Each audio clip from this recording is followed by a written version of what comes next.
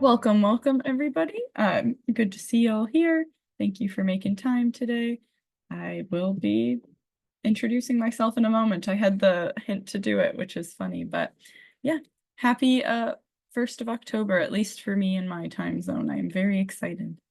So here we go. Cool.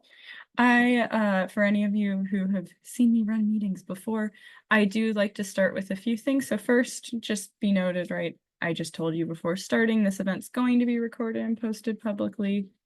Take whatever actions, you want with that. You don't have to screen share, or you don't have to share video, anything like that. Just know it will be up there. Don't share anything you wouldn't want publicly. We will be following Quansight Code of Conduct for this because I work at Quansight, we're about to say, and the organizing is done through Quansight. So if there's any questions there, that's the one we'll be following. And people moderating this event. So if you need help, because when I'm presenting, sometimes it's harder for me to catch things. Tanya and Samira are here. Also, Gabriel can probably help you too. I'm saying that realizing he didn't say for sure actually, so I shouldn't be saying that one. But you've got people that are available to help you out if you have any concerns. Yeah, let them know if you have questions and then me. Yeah, okay, sorry, Gabriel, thank you for that.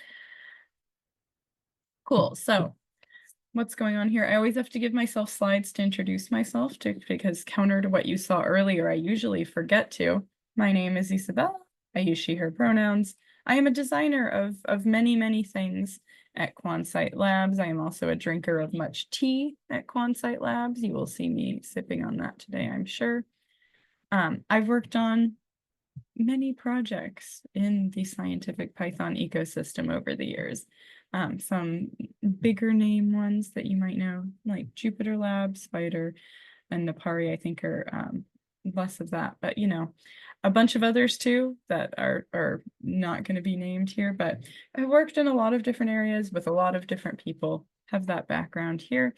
And these events are part of the Scientific Python project, not to be confused with any other SciPy entities, Scientific Python project being ecosystem coordination and planning. They also have a CZI grant with this, which is part of how this is happening as well, just giving, proper funding where it's due. So that's where I'm coming from with this. And what are we going to do today? I link the notes here in case I previously forgot. But it looks like you all have access to it before I started recording. Let anyone know if there's an issue. I believe the moderators also have the link now. And what we're going to be doing, going to introduce you to the event and the game. Yes, there will be audience participation. I tried to warn people on registration, but if you missed that, you're hearing it now. Then we are going to play the game, which is really just a bunch of example scenarios. I'm going to recap how you did. So if you see me looking away, it's because I'm taking notes on an actual notebook so that we can kind of have that feedback. Give you some takeaways and more resources. One of my favorite things to wrap up with is like, okay, what are we going to do next? And tell you about upcoming events for you to get excited about. So, wonderful. You will be hearing me talk a lot. I also like to describe kind of the content of what we're going to cover so that we have a sense of the bounds, because this is not going to be exhaustive of accessibility knowledge. I do hope nobody thought that, but we'll be clear. So we will be doing really digital accessibility stuff at what I'd consider like a beginner level, in the sense that you don't need prior experience. This may still be useful if you do have prior experience, but I should be, defining terms. Let me know if you have any questions as I'm working on that. I'll try and keep an eye for that. And yeah, just kind of assuming that these are not things that you know already. I will also be covering, these example scenarios and possible actions, because that's the thing that I see missing in a lot of accessibility cases, where they kind of tell you the quote unquote right thing to do, but it's not really clear what that might look like or how you might encounter it in your day-to-day. I'm going to specifically give you recommendations of things that you could do now without extra research. You don't need to go learn 5 other things. And they are things that you're probably almost doing already. And I'm going to give you some places to find more information because I should be, the first to tell you that you always have more questions. And so, you know what? No, actually, I'm going to pause there for a minute, for a few seconds. People have questions kind of about intro, anything that I said we're going to cover, anything they think is missing. I will be silent for a few seconds while you ask.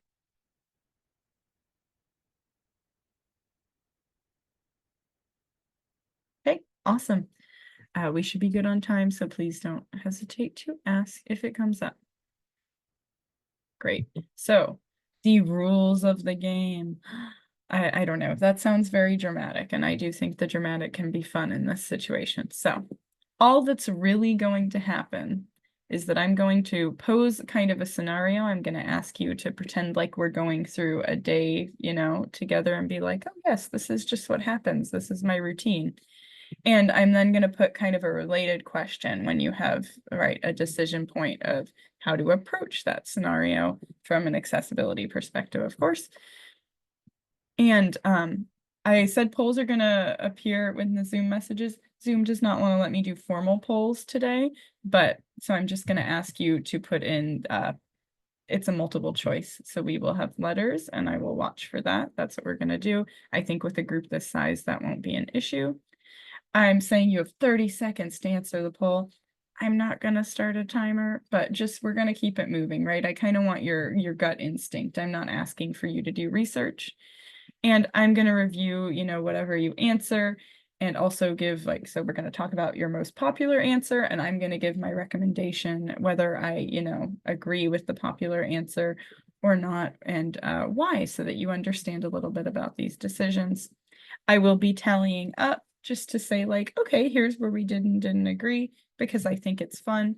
But if you have any familiarity with whose line is it anyways, the game is made up and the points don't matter. So I wouldn't worry about it too much. But, that is how that will go. And these rules are also in the notes document I linked. So if you have questions at any point, I did copy the same text there. Great. I am taking a deep breath because I believe the next one is, yes, we're going to kind of get in the zone. Oh, that reminded me, of course, of one more thing. I do want to say when you're answering these, just answer what you think you would do in your day-to-day, right? We're going to kind of imagine just an average day. I don't think there's a single, right answer with these. Knowing what you think you would actually do instead of what you think is the right answer, to make me smile is really what I'm looking for. So in that spirit, average quiet day online. You have whatever you're connecting to the internet from open and you're just like, this is nice. This is peaceful. Nothing is happening yet. You have a drink of choice on your desk. Once again, I'm going to raise my tea and remind myself to take a drink. Wonderful. Favorite noise in the background. Because I'm talking, everything is quiet, but you may like music. You may like the peaceful noise. You may like hearing a cat meow, or perhaps, I don't know. I'm thinking about my cat who we may hear crashing from later in this, but we'll find out. So if you're in that space with me, just imagine we're starting our day. The first thing I like to do is usually say good morning to someone. I understand it may not be morning for you all, but we're going to pretend anyway. Now, this is actually a little practice round just so you can see and we can take our time doing. So I'm going to say good morning. I'm going to send a good morning message to my favorite person because they're not here right now. They're doing whatever else. So when you're sending this message, you can go A, say good morning. B, G-eyes-D morning sunrise sparkles. You can send C, good morning. You can send D, an animated sunrise image of some sort. And so now I'm going to say, go ahead, put whichever one you want to answer in the messages. And I will be watching with my, my little elevator music in my head for you. So go right ahead, whichever one you want to put. Oh, wonderful, wonderful. Watching them roll in. Well, yeah, I'm seeing some comments about think you should. Okay, so I am seeing a bit of a split between C and A, but I'm gonna go with one more C just because we might as well. I think I'm seeing 3 C's instead. So awesome. That I'm gonna do. These are my recommendations, once again, not the right. So you may have heard me say it out loud, and I was kind of trying to imitate how a lot of screen readers I use would say it. So going with the straightforward good morning will have, the perhaps the most clear sentiment in the sense, whereas I don't tend to recommend, replacing letters with eyes. Or something, or like having to read, several emojis in a row. However, you may have heard with the C answer, I want to say, I don't think that was necessarily too bad, right? Just hearing something stretch out a vowel is not too bad. So it's not so much a, once again, right answer. And I'm seeing comment that favorite person was why you chose T. I think that it's good too. You know the audience, right? Sending an animated sunrise is not necessarily bad either. As I think you'll hear me say with all of these, I've been pretty particular about calling these recommendations because depending on the circumstances, there may be a better answer. But since we went through that first one, that's a little bit more silly, I'm gonna be quiet for questions or anything for a moment.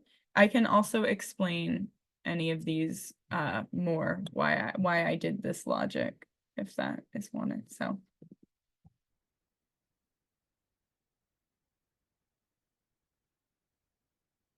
awesome. You made it through your first trial of the day. And I am super happy to say, I think good morning. Option C would not be a bad answer anyway. Okay, so these hopefully will be a little less personal choice, but yes. So after I've said good morning, I'm like, I'm doing my sleepy morning things. It's time to check your calendar because you say, what am I even doing today? Or at least that's what I say. Um, you find out you have to plan some sort of meeting. So when you're planning this meeting, you're going to make sure to, any of these options, you could choose A, pick a venue that you know has digital accessibility support, even if it's different from the one that your community supports, whatever community you're running this meeting for. You could choose B. You could title the meeting with a longer but more complete title. You could choose C. You could turn off email notifications to guests so that you don't clog their inbox. Or you could choose D, all of the above. And don't get too excited about the all of the above. All the non-good morning questions have this, so, you know. So go ahead, choose. I will be watching, so doing my little music moment for you.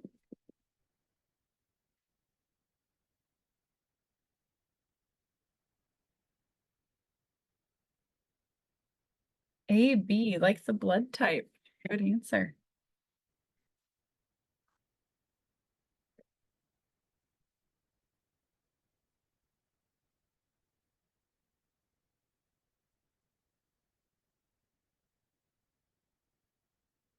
I'm seeing another A and B.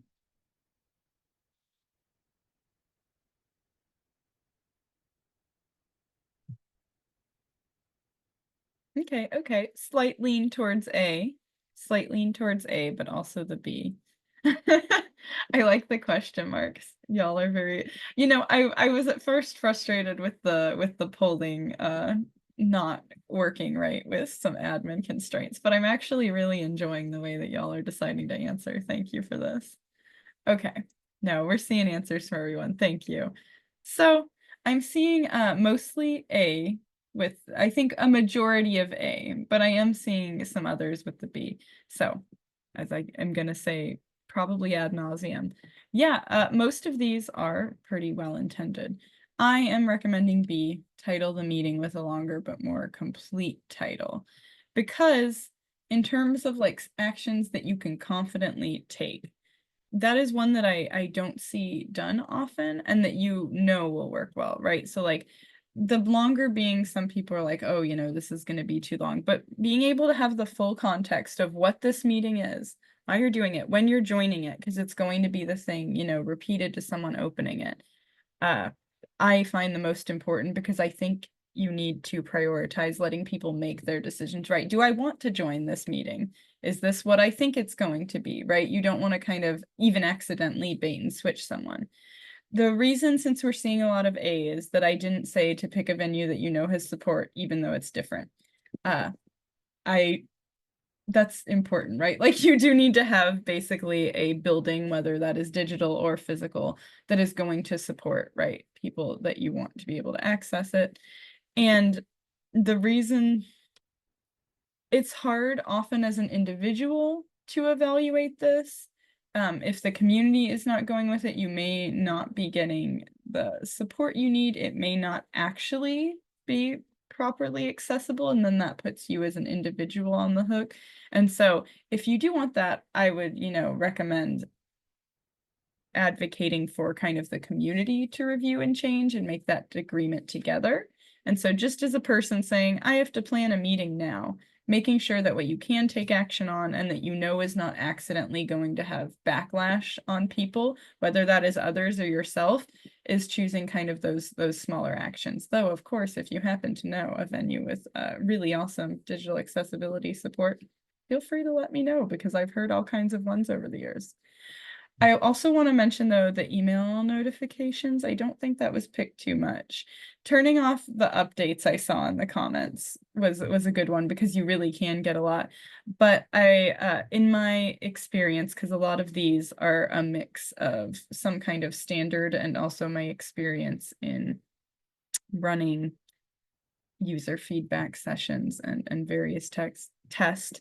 A lot of people, especially that are using assistive text specifically for this, like emails because they are linear and they have been around long enough, they have pretty good support. So in many cases, I've been in meetings where actually the chat that I'm using for this would not have been a viable option because the chat is not going to work with whatever somebody has set up. And they actually say, hey, we have the emails from the registration. Can we just send it as an email? And that's what we have done. So emails tend to be important. I would agree with the comment that updates we're not sure, but at least having some kind of like landmark for them in email can be good. Yeah. Good job, y'all. I am doing, yeah, I'm realizing I wasn't tallying after that, but we're not too far. Great. Okay. Wonderful work. You've planned the meeting. So you also completed a project last week. Wow, whether that's a personal project at work, anything, making progress. It's time, though, to write some kind of report. So to write a report, you need a document. When you make that document, you could A, title the document manually. You could B, use sections to break up the document's contents. Could C, follow along with whatever the default styling presets are in this document, or D, all of the above. What will you choose?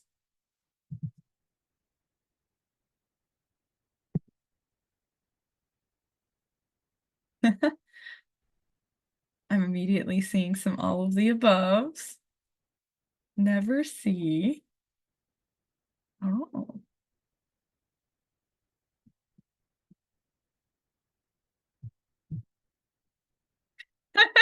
No, yeah, y'all are good. A, B again. We like that blood type. Got it.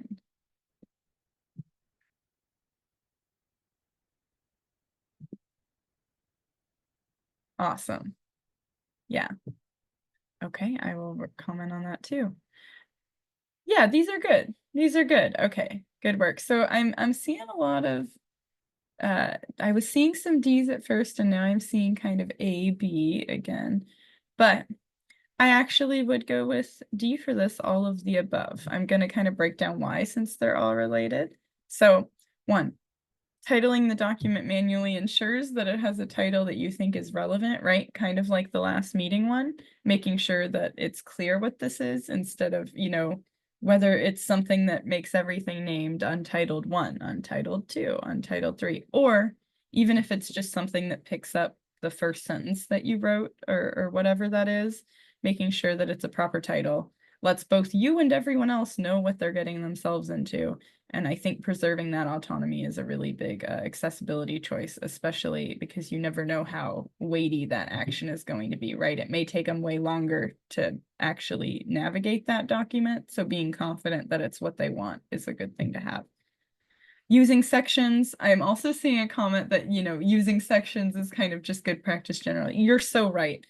I did feel a little funny putting this question in here because I also sent you a notes document, which if you looked at, hopefully does all of these things. You can judge me on that as you will.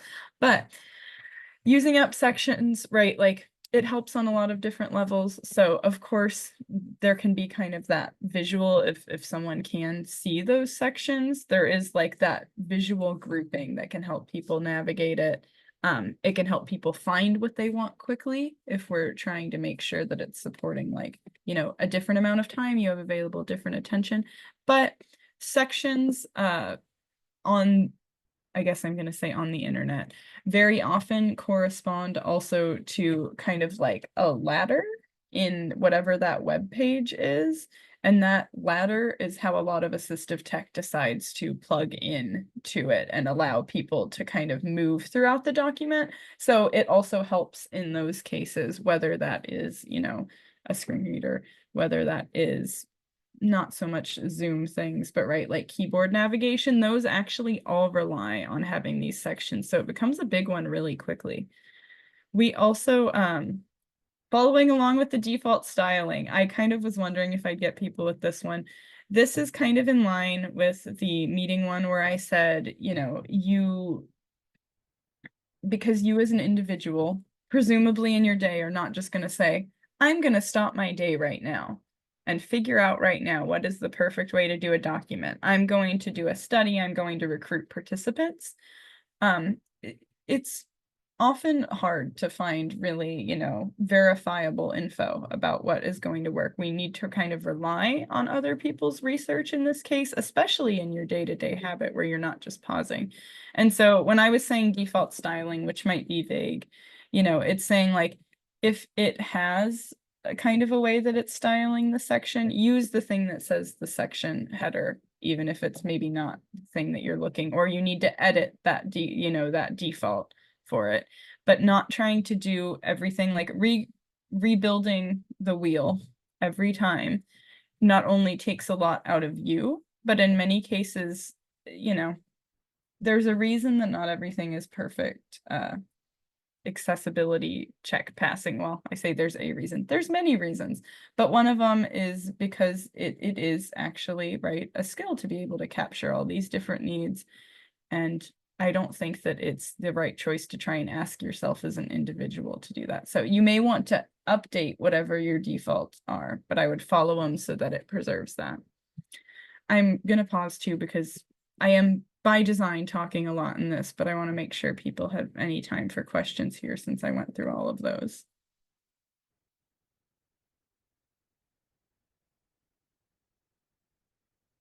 Okay, well, let me know. Thank you for your patience. Awesome. Project done. Document made. Woohoo! That's the first step. So, of course, now you have earned a break, right, in your day. You've opened the document. That's how it goes, right? That's what I hear. So you find a funny thing that you want to share with your friends when you're taking your break. Perhaps it involves puppies and glitter because I think presentations often benefit from puppies and glitter even being mentioned. So you decide to link to this glitter puppy, which is somewhere else, by A, pasting the link as the full URL, B, describing the image because you notice it does not have any kind of alternative text, C, linking via text that describes that source, right? Like what this is, where you're getting it, and D, all of the above.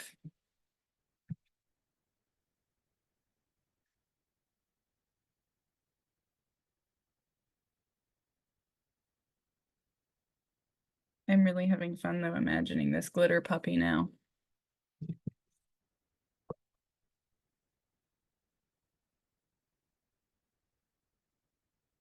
Yeah, I'm seeing some A's. That makes sense to me.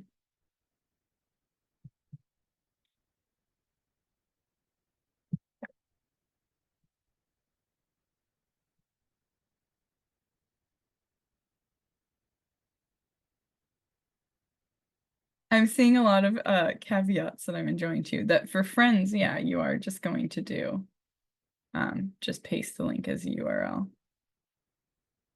Oh, we have an all of the above. Okay.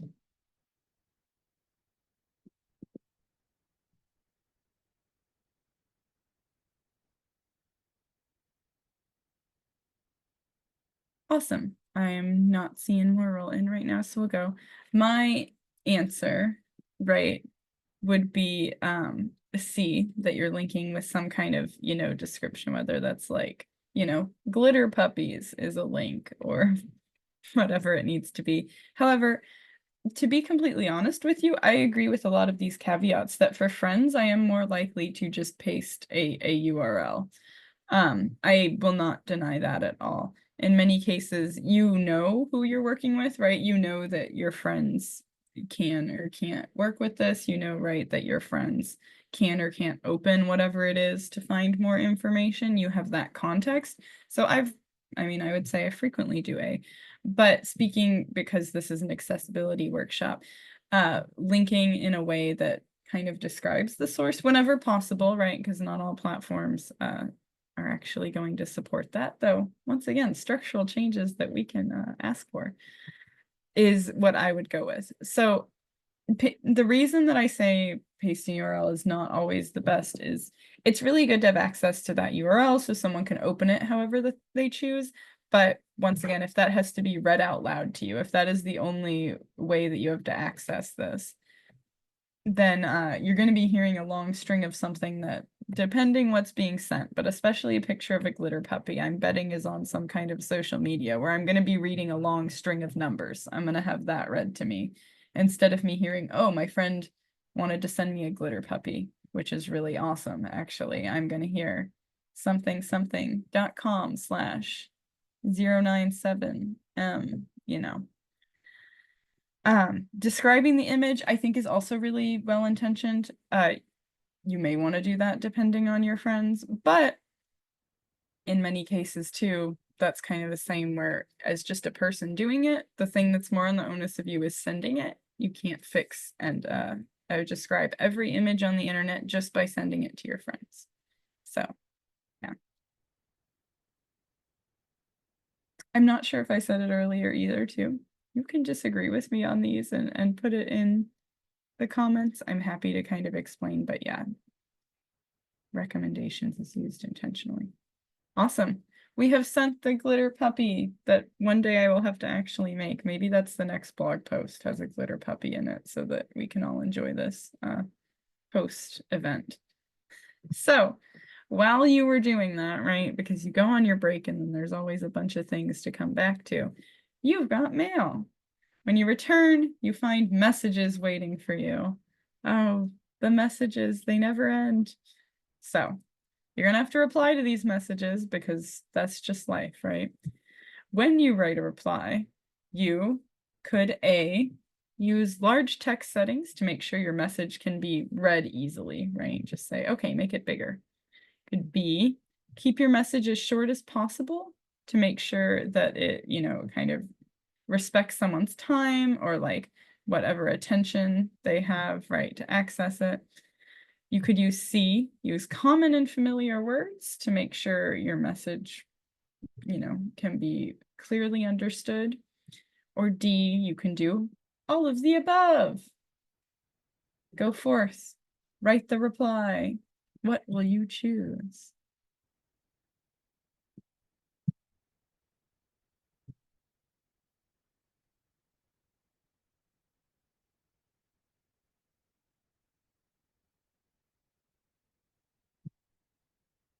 Mm-hmm, mm-hmm.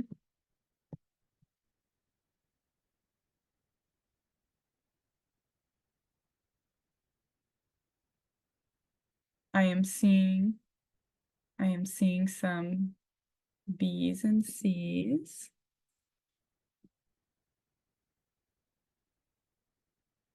Okay. Slightly more C's than B's. Nice. Okay, so hey, there, our recommendations match today. In having more C's. B,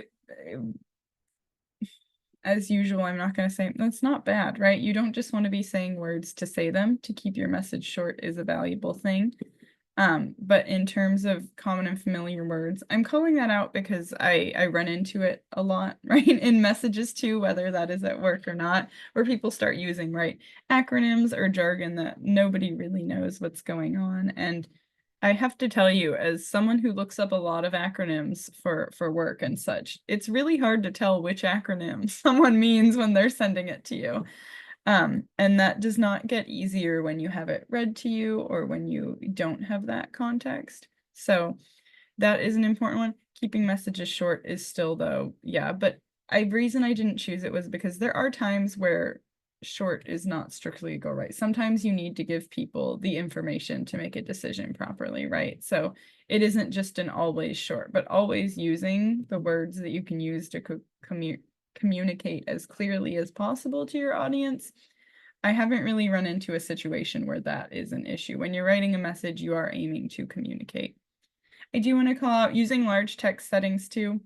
Once again, not a bad thing to do. The reason I'm not recommending it here is because people are going to need to kind of customize it, if they're using it for vision, which is presumably what you're worried about with a large text setting anyway, right? Because if it's not vision, whether the text is large or small will not impact someone's experience. People are going to have to either, zoom to the amount that they need regardless. Making it larger may mean that they can ultimately make it larger, right? Because you're magnifying something that is already bigger. But people have to have access to their own customization anyway, so you deciding to make something default large text or not in a message or email is probably not going to make a big difference to them, and just letting them make that adjustment because they know what they need for text is good. That is not, once again, this is in the context of messages and emails. We would have a different discussion in designing a website or something, just to clarify there. Awesome. There you go. We agreed on this one. That's fun. Cool. I'm actually going to check because I haven't been watching. Never mind. I was double checking time. Oh, it's in the messages. There we go. Yeah, we're still good. We're going to be fine. Okay. So messages done. That is always one of the most stressful parts of my day, I can say. Sending messages, receiving messages, and then replying. So, woof, that's good. It's over for now. Next, someone's going to ask you a question, right? Hopefully not in a message this time, though I guess they have to. And, it reminds you of this podcast you listened to last week. This is something people tell me a lot. That's why it's in here. So you're like, okay, I can send them this, right? So that they can get the info themselves. So, but then you're like, wait a minute, I'm supposed to be thinking about things that I might have not with this. So before you send the podcast, you decide to check and make sure that, this is something that you are wanting to send. But when you're checking, you could check the source of the podcast, right? Like wherever you are sending it from, to see if they have any transcription, captioning, any kind of alternative way of meaning it, since that is an audio media. Yes, that was the word I was looking for. Could be check the people who made it to see if they're giving proper credit, right? Like to whatever their sources are, to, the team involved. You could see check the audio format to see if it's compatible with assistive tech, right? Like you're going to do a little search that says like something dot MP4 with something else. It's not an MP4, I'm sorry, MP3. Or D, all of the above. So, right, like what kind of thing, if you're like, oh, I'm trying to be more thoughtful, what kind of thing would you want to check? Okay. Okay. I'm seeing immediately some A's looking for transcription or captioning.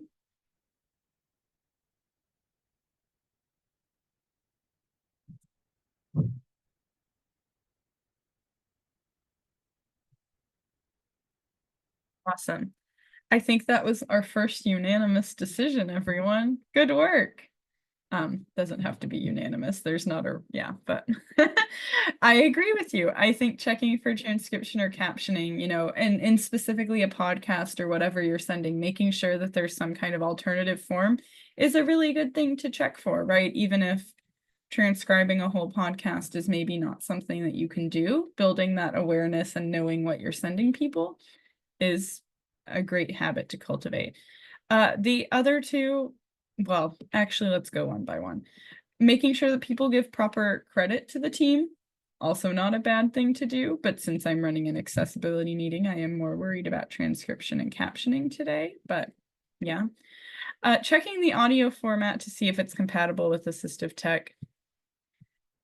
This is just really hard to get a reliable answer on. I don't recommend it because if someone asked me to do this, I know how I would approach it because this is my job, but I think my confidence in reporting would be kind of low. There's just too much variety out there.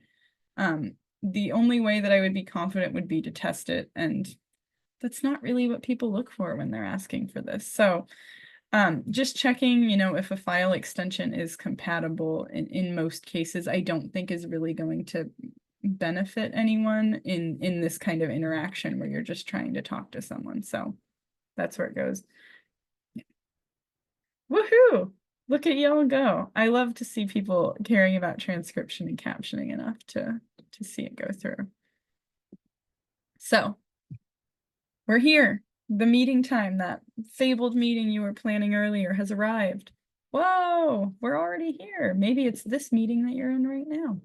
So after refreshing your beverage of choice, see, don't you love this, that I left myself moments to remember to drink water? I do. Never done that for a meeting before, and it's fun. So after refreshing your beverage of choice along with me, you log on to host this meeting and you decide to A, greet everyone with a place to take collaborative notes. Could B, ask people to mute their microphone when they aren't speaking. You could C, keep your messaging to a minimum and have a backup route to reach out to people if you need. Or D, all of the above. Oh. Seeing some quick draws on this one. That's fun. That's fun.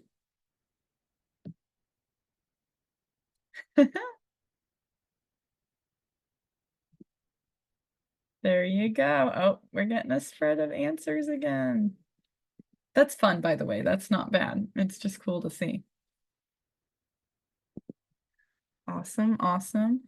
I think I have the most votes for A from what we currently have. And sometimes for big meetings, yeah. Yeah.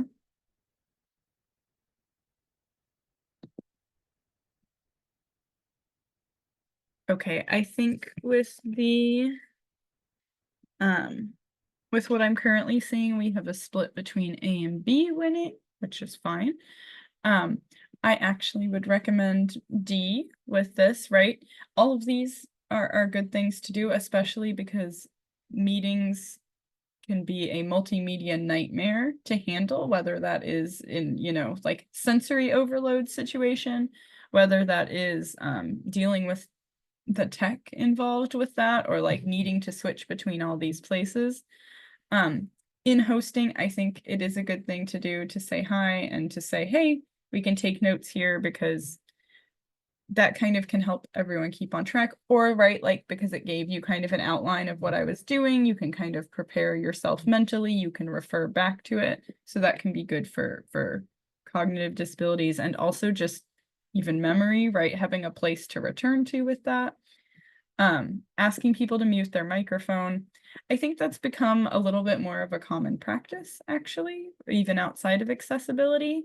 But I've been in a number of meetings where that is very important, either for for kind of opposite reasons, which has been fun, right? So that's important maybe so people don't get distracted. It can be important if someone is relying only on their hearing to get the information, because if they start overlapping, I mean, if I just started overlaying for anyone, right, who's here that can see the screen, if I just started putting a million pop-up windows over this, right, suddenly you can't read it anymore. That's kind of the equivalent experience with like that overlapping audio chatter.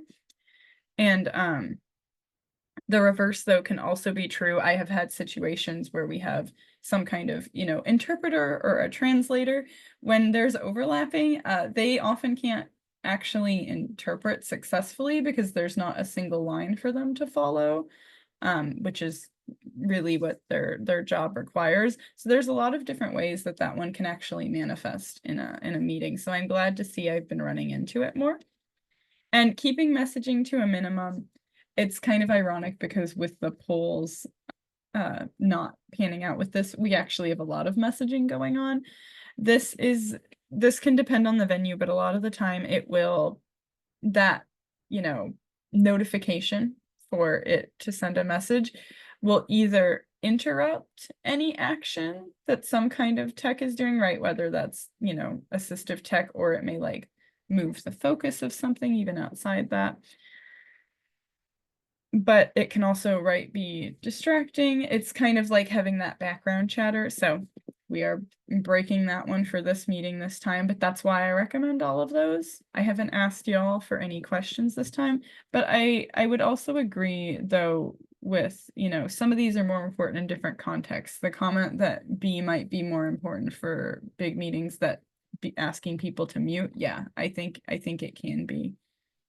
I don't usually say that with a one-on-one meeting, for example. You're right. That seems a little awkward. I think C only works if the chat is restricted to host only. People naturally want to chat. Yeah. No, I think that's true. I think you can't control it directly, but I think having that awareness that, is this a thing that I want to put in the meeting chat, or if I want to chatter with people, are there other, is kind of the question I ask myself. But I think it makes sense. It's a common thing. Cool. We are, oh, we're almost there. Right. So the day proceeds, more exciting things happen. Oh, what about using reactions, actually? I'm seeing come up. You mean using reactions going back in like the meeting chat, like in Zoom, that you can react to a specific comment? Is that what you mean? If I can clarify. I don't know, is my is my honest answer about that. The last time that I got to review these with people, like the last time that I got to plan studies with this, and also the last time that I was in enough regular meetings to get this feedback where this was relevant, I don't think the reactions were in Zoom, or at least they weren't enabled in the meetings I was in. So I haven't heard, like, I wouldn't be able to answer you confidently. My educated guess, but do keep in mind that it is a guess, is that because they do not trigger any kind of notification system in most cases, right? Slack has recently implemented that as well. I've noticed where it will notify me now if people are reacting. But in cases like Zoom, where I don't see an additional notification for a reaction, I would bet that it is less disruptive. But once again, educated guess, not something I know with certainty. Hope that helps. So the day continues. You have so much exciting stuff going on today. I'm so happy for all of you. One of your friends is organizing live music at the park. I love live music at the park, so I'm excited. They post an invite, right, somewhere online, but gasp, it's only an image. You can't just post invites only as an image. Come on, something or other. I'm saying that may not have actually come up for all of you yet, but you say, I'm not going to let all that text, all that important info for people to know how to get to your event to stay locked away in an image where if someone can't see it or they can't see it well enough that they can't read it, right? Then they can't go to the event. That's not fun. You are going to write out the information as text or in a reply in the comment below. I said that weird. You're going to write it as text in some kind of reply or comment or something linked to the original is what I'm trying to say. Apologies. B, you could reach out to your friend and ask them to update the invite with some kind of alternative text. You could C, make a new invite yourself that uses only text and post it. Or you could D, do all of the above. Choices, choices. I know, and we have friends involved again. Y'all are right in the comments that friends versus not is a different interaction. It's a good point. I would probably revise these slides some, mix it up a little more. Okay, I am looking at the tally. I am counting them up. I think I am seeing the most votes for A, though there's definitely a spread here, which, to be honest with you, this is a question I've asked myself many times. I think that there's a lot of questions still. My recommendation for the purposes of this workshop is to A, write out the information as text in some kind of reply or comment. I would note that all of these options, though, would probably improve the right situation in some way. I don't think any of these are add something negative to the situation the way some of my other examples I've been like, I wouldn't recommend doing that. Yeah, I think all of these could work really well. The reason I recommend A is kind of in line with earlier things that it's an action that you can take, you know, then and there. It won't take you that long to do, right? That you can make sure that it's going to happen and that that's going to be improved in the internet. The key being that it's somehow linked to the original text so that, you know, people are going to run into the invite first and then hopefully realize if they continue down the thread and don't just give up because there's an undescribed image, that there is, you know, information there. Now, B, I have actually done this, right? Like, I don't think this is a bad thing to do at all, to reach out to your friend and ask them to update it with. Perfectly good thing to ask for. The reason it's not my main recommendation is, one, it's a question mark, right? Like, if it's going to happen, what timeline is it going to be in time for the event kind of thing? It can also, you know, this is your friend, and so I'm presuming you probably have enough rapport with someone that you call your friend that you feel comfortable asking them, but that can depend, you know. I have some friends that I definitely am a little more nervous asking things from, yeah. And in many cases, I found that this is not possible on all platforms. I don't think it's bad to point out, right, to them, but I have had, you know, what was a good example? I think one time there was a Twitter post, I was working with someone else to announce an event like this, and I believe it did get posted without alternative text because it was being posted by some kind of organization account. And I asked them to update because that's not something that I can do, and they couldn't, essentially. They had to delete and redo it, which they were very reluctant to do because people had already interacted. So it does depend on the platform too. There are a lot that allow you to edit as well, but and I don't know if the current status allows you to do that or not. But that is kind of my hesitance there. I would agree that I'm seeing a comment learning opportunity for your friend. I think it could be, right? Like, and I think there's an accountability when you're reaching out to someone that you know. C, making a new invite yourself and using it as text. Once again, that is more accessible in like a technical evaluation scale, right? If I ran that through a checker, your text is going to be considered accessible. But if you're just making your own post, I don't know how someone's going to find it, right? Like in the sense of if someone runs into this invite and realizes that they don't know what it is, right? It's an undescribed image. They aren't necessarily going to get the benefit of you describing it if it's just somewhere on its own, is kind of why I do that. However, providing a text version, once again, is not a negative thing.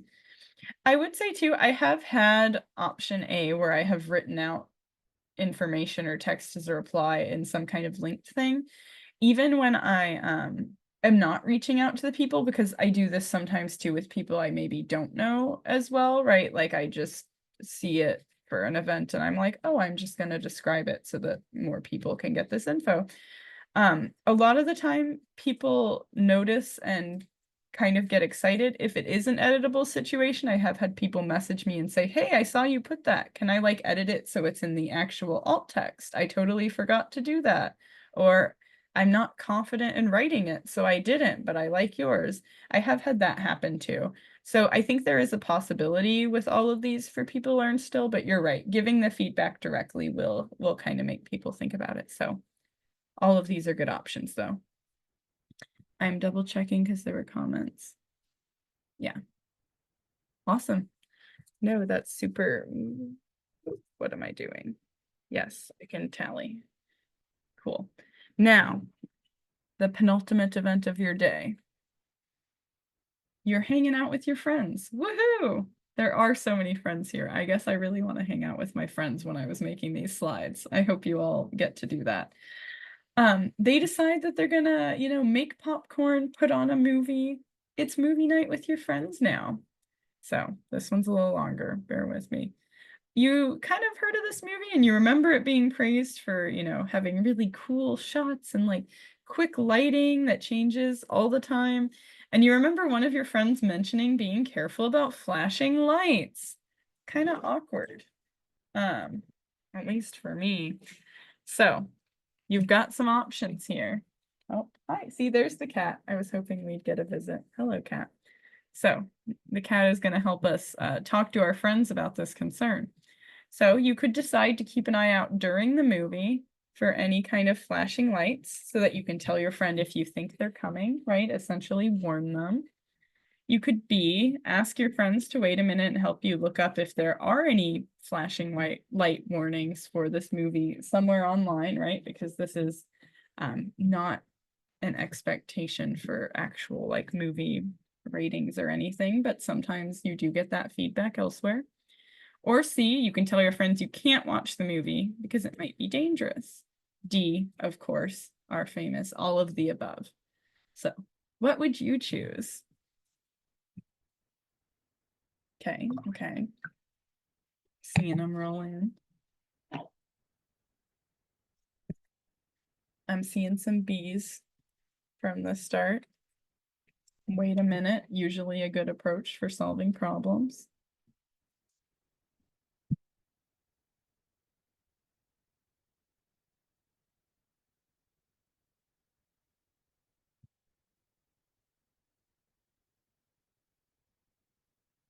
I'm not seeing more for a moment, so we will go, oh, there it is, okay.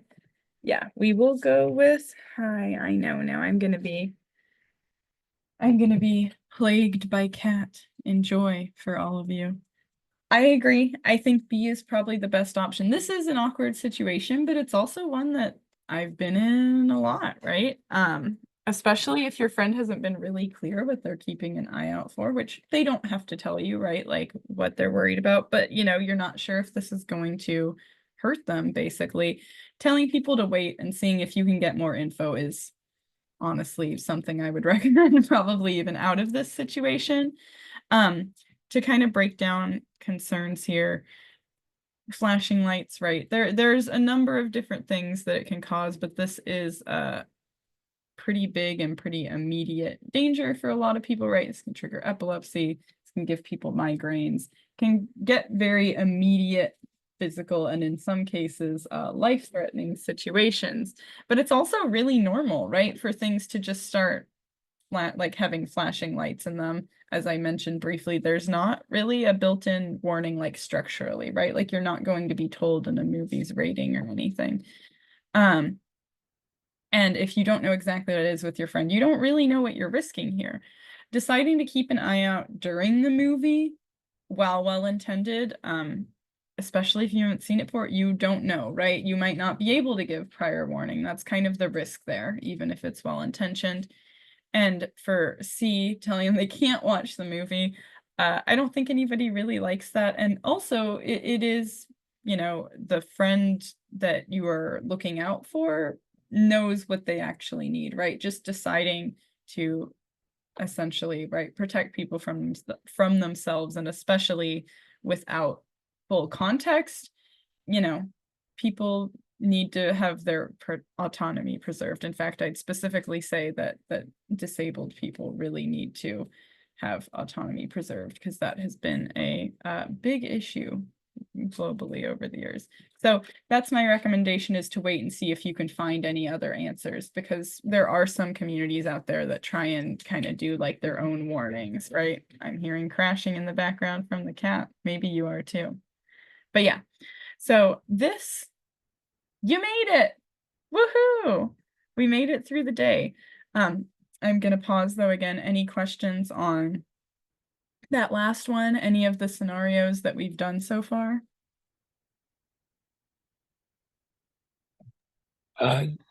Just was curious. So there's not like a official place you can go for movies for this. You just kind of search around. If there is, and someone here knows, I would love them to tell me. To my knowledge, no. There are, I have run into some community ones of people who contribute it. And I have not checked recently. There's a website or something, I'm not sure because I actually haven't used it in a long time. Does the dog die or something like that, that has like various warnings on it. A lot of them are content warnings.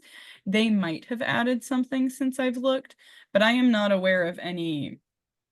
I mean, we continue to put a lot of things right in meters with no warning, so I am not aware of any formal legally accountable, if that makes sense, like requirements to disclose these things. Even though I should be clear, we were just talking flashing lights because this for this event we're kind of just going through a day. There is like a threshold that's expected for these too, right? Like we do have a way to kind of verify this, but as far as I know, I don't know of any. Thought some movies came with flashing light warnings I'm seeing. I have seen it happen. To my knowledge, which I could be wrong, they are like opt-in, like whoever is making it decides to put it in. I don't know if they're required to in some cases, right? For example, I've seen it at the start of some music videos, but not others. My understanding is that someone on the team involved in that music video decided to do it. I think it's maybe gaining prominence, but I don't know. I don't want to call out specific things, but I know at least I am in the US, in case my accent and time zone did not make that clear, that that's not required, at least where I am. Which I do have emotions about and thoughts on, as you might be able to tell from my little rant, but technically I'm not aware of any requirements.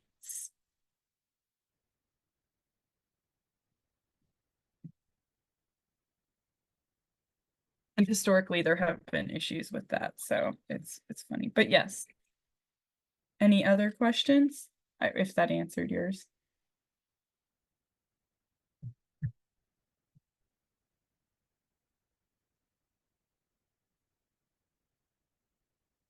I'm seeing updated comment. It seems indeed that VDC has decided to warn about flashing lights. Yeah. Which is awesome, by the way. I would love to see the list of people that have decided to do that, or organizations, I should say, increasing.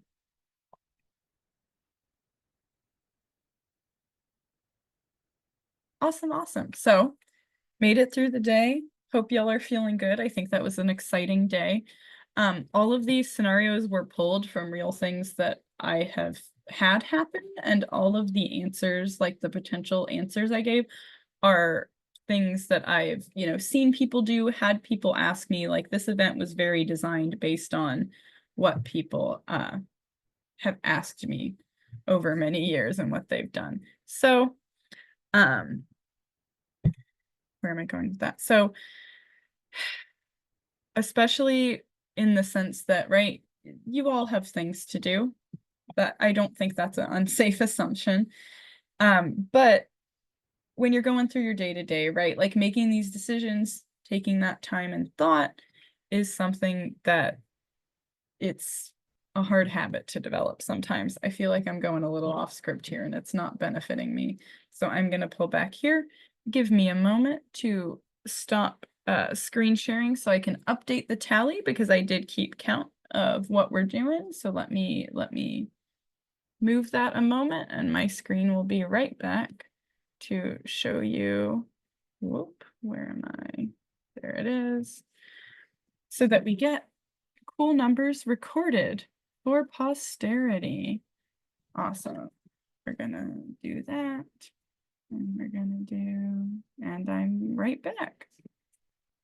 If I can actually find it. Oh, I moved it. Great.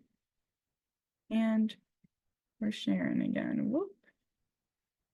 Awesome. So for my tally, out of the options we had 4 that we agreed on recommended and 4 that we had other options for.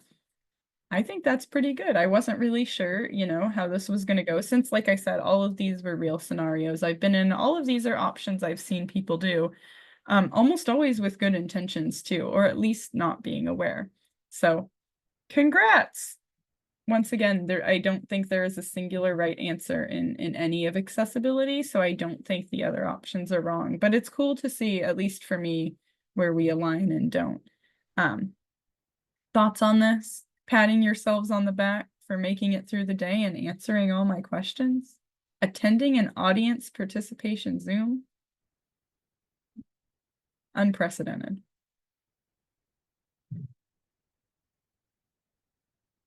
Okay, thank you. Or I am not seeing them. There it is again. Awesome. Right, so since we've kind of discussed this, a lot of patterns I was seeing too, which were good feedback, were, that a lot of this is going to be contextual, right? A lot of times people were commenting, well, I do this if it's my friends. And you did say friends, which is totally right. And I think that's true. We were talking about the one about linking the glitter puppy to your friends. Like, I probably would send a plain URL to some of my friends, whereas at work, you're right. Like I'm going to describe the link. So I think that that's a good point, that a lot of these things are contextual. A lot of these things you're trying to make sure that other people know, right? Like wanting to tell your friend, like, can we update the invite, or wanting to tell people like we should look and see if there's an answer, to look out collectively. I think that's a really good instinct. In this, I definitely veered towards recommending individual actions because I know practically, and a lot of people have asked me practically, what do I do to make things more, accessible now without a lot of time, without a lot of expertise. But I think it's the right spirit, because individually we are not going to change the landscape of the internet to be more accessible. We do need to work together. So I actually think those were really good instincts that you all had. I do always like to give a when in doubt, right? Because I gave these scenarios. I can tell you a number of scenarios that were cut because I was like, we can't do this forever. So I know there are other things that can happen. Here's kind of the guiding principles that I do that have helped me, navigate the choices that I want to make and navigate wanting to make, a digital world that is more inclusive and welcoming of disabled people. So the first is making the time to do things right. Rushing isn't going to help. And I do say make very deliberately, because I find the time is not usually given. It is kind of stubbornly saying, if I'm going to send this link, I need to make sure that I am spending the time to write a description for it. If I am going to do this, right, like I need to make sure I have the time to make that happen. We are aiming for things in this workshop that are not long time takers, but or like I'm going to post an image, I'm going to take the time to have a description for it. You do need to budget for that, because the number one thing that I see, and even I have to catch myself sometimes, of people who know better, basically, right, who know kind of an action they can take and they don't. It's because they're like, I was in a rush. I didn't have time to describe all the images on my slides because I was making my presentation last minute. I totally understand that, but those are the things that kind of help us perpetuate the situation that we're currently in. So you also want to think before you act. I think this is good advice for for other situations as well. I think it holds true in accessibility, though, that when I was asking you these scenarios even, right? Like, I know people don't always, right, have the time or the chance to say like, "Oh, I'm gonna post this link. How am I gonna post this link?" Or may not even have the habit of it. And so a lot of it developing that habit to say, "I'm about to take an action," like what kind of consequences might come of this action? How might this impact people? What kind of options will they have based on the decision I have, right? Because it's all decisions back and forth. It's a habit for sure, but I think it's a good one. And finally, to be cautious of over optimizing. I like to include this one because it's probably the most common thing I see after workshops like this, right? So another one of these that I do sometimes is writing, alt text for images. And something that happens when we go to start contributing them is people, are like ready and they're enthusiastic and that's wonderful, but they're like, I can see all these things in an image. I'm going to describe everything I can think of that's happening, right? I'm going to say what illustration style I think it is based on this, art history thing. I want to tell all the colors that are listed. I want to, describe the texture of everything in it. That enthusiasm is really important. I don't want that to not happen, but, something that we've seen a lot with that, both in my own research and in a lot of public forums, is that people comment, like when you enter basically something like an alt text section, you can listen to all of it or you can decide to skip it. And if you were there for several paragraphs, most people don't want to be. And even if they do, that's such a different time sink, right, than someone who is able to just look at an image. And so you have that unbalance, even if it's well intended. I would say that here too, like don't go for, everything to be perfect, or the don't sacrifice the perfect for the good is the common, like, keep the enthusiasm and try, but do temper it with looking at recommendations. What are other people saying? What feedback are you doing? If it's something that you don't know, right? Like, and even if you think you do know, just kind of keeping, aware that you may get different feedback, right? Like, continuing with the alt text example, the way that I have decided to write that has changed a lot in the past. Now I'm thinking, I think 7 years, 8 years, something like that, since I really started paying attention to it. The way I've written it has changed, right? Because I've gotten different feedback. So those are kind of when someone asks me a new thing that I say, okay, let's make sure we have time so that we can figure it out. We're going to make sure that we're making intentional decisions wherever we can. We're not just doing something reflexively and realizing the consequences later. And we're going to be cautious of, being too ambitious. And I did want to give y'all some further resources on here too. Finding reliable information for these kind of questions can be tough because, these scenarios are not the only ones you'll run into. Personally, I recommend, based on the criteria, these are ones that actually test things or rely on actual disabled people's experience instead of just speaking kind of theoretically. World Wide Web Consortium's Web Accessibility Initiative. You're more likely to hear this referred to as the W3C's Y or WAI, which are the acronyms. This has a ton of info. The W3C can sometimes be a little more heavy on kind of the nuts and bolts of what needs to happen, which for the context of this workshop is probably not the main thing we're looking for. But if you stay on their web accessibility initiative level, they have a lot of really good resources that say like, okay, what are you trying to do? Here's what we think based on this, right? They have a lot of good flow charts and those kind of things if you're really not sure how to handle something. Similarly, Web Accessibility in Mind, which more commonly called WebAIM, is a resource of professionals on this who also have recommendations of things people can do. I find that they often write it more approachable too for someone who this is not their job. They also do some really awesome studies if you're curious at all, like the WebAIM Million. If you've seen me present before, I've probably brought up where they review a million of the most popular homepages on the internet for a bunch of accessibility concerns. They do screen reader and other assistive text surveys, all really good info if you're curious about understanding more about what's happening. Um, the I'm going to say A11Y project resources. Every time I have to do the numeronym A11Y, ally, accessibility, I'm never sure which one I'm supposed to say. So there may be another way to say that. They are, you can contribute to them. It's publicly contributable open project for accessibility work. They have a lot of their own posts, but I love their resource list because it is extensive. They have so many things for so many different topics that I've never heard of. So if you're like, I don't know, I have this question because I play video games, they have a gaming section. It's really awesome to see. And finally, I included MDN web docs. They have a learn accessibility section. For anyone who may not be aware here, MDN web docs are targeted at web developers, right? So the people writing code.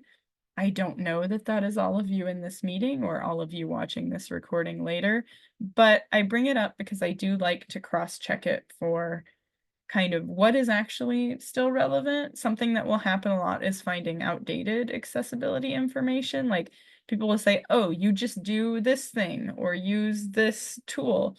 And then you look and that hasn't been supported for 10 years or something, which means that even if you take that action, people on the other end won't actually be able to do anything with it. And so the effort won't actually help any disabled people, which is actually the situation that we were aiming for, right? Is to make it more inclusive, not just looking inclusive, but to say, no, we want people to be able to get here. So I like to use it to cross-reference. When I see people give advice, then I go to MDN Web Docs and say, hey, what do you think of this thing? And it'll say deprecated, and I'll say, no. Or it'll say, yeah, we're using this, and I say, hooray. And on that kind of spirit of cross-checking information, do that. I think once again, that's advice outside of accessibility, but definitely holds true here. Sometimes it's really hard to tell what is a well-researched perspective versus what is a company's blog post advertising a solution that they have versus a personal blog post that just happens to look super polished. And I think we can do better. So yeah, make sure to see that you can find repeated information. Those are resources. I want to pause. Questions on resources or other resources people want to share? You can share them verbally. You can add them to the notes document, anything you want.